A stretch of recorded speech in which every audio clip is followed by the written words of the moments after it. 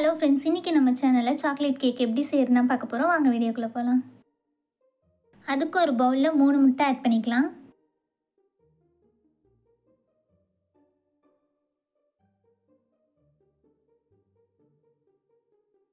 இது கூடவே 3/4 டீஸ்பூன் அளவுக்கு வெனிலா எசன்ஸ் ஆட் பண்ணி நல்லா பீட் பண்ணி எடுத்துக்கலாம்.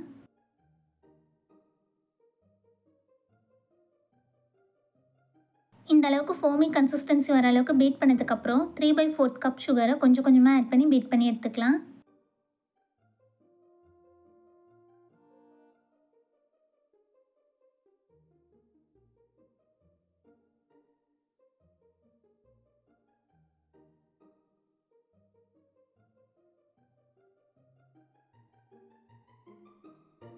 இப்போ நம்ம ட்ரை இன்க்ரீடியன்ட்ஸ்லாம் ரெடி பண்ணி எடுத்துக்கலாம்.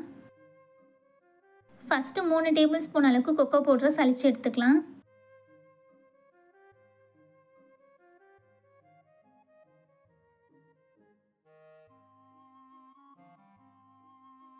இப்போ இதில் 3/4 கப் அளவுக்கு மைதா ஆட் பண்ணிக்கலாம்.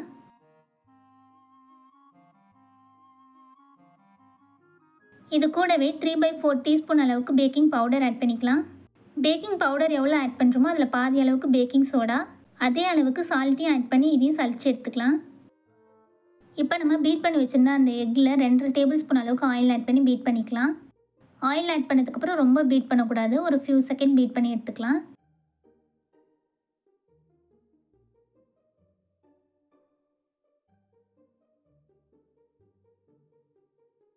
இப்போ இதில் நம்ம ரெடி பண்ணி வச்சுருந்த ட்ரை இன்க்ரீடியன்ஸை கொஞ்சம் கொஞ்சமாக ஆட் பண்ணி மிக்ஸ் பண்ணிக்கலாம்.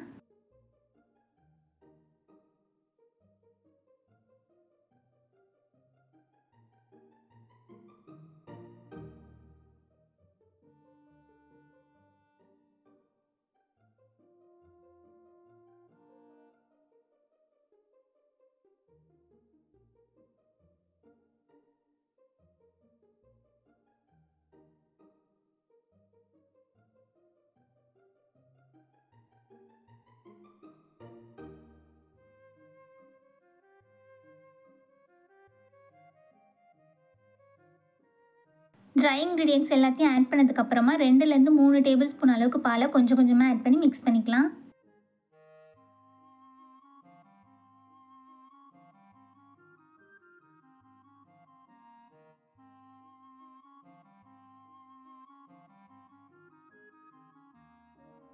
இன்றைக்கி நான் கேக்கை இந்த பிரெட் டின்னில் தான் பேக் பண்ண போகிறேன்.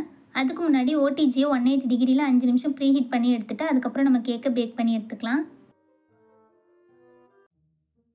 பேக் பண்ணுறதுக்கு முன்னாடி பேட்டரை இந்த மாதிரி நல்லா டேப் பண்ணி எடுத்துக்கோங்க. இப்போ நம்ம கேக் ரெடி ஆயிடுச்சு. இதை நல்லா ஆறுனதுக்கப்புறம் டீமோல்ட் பண்ணி எடுத்துக்கலாம்.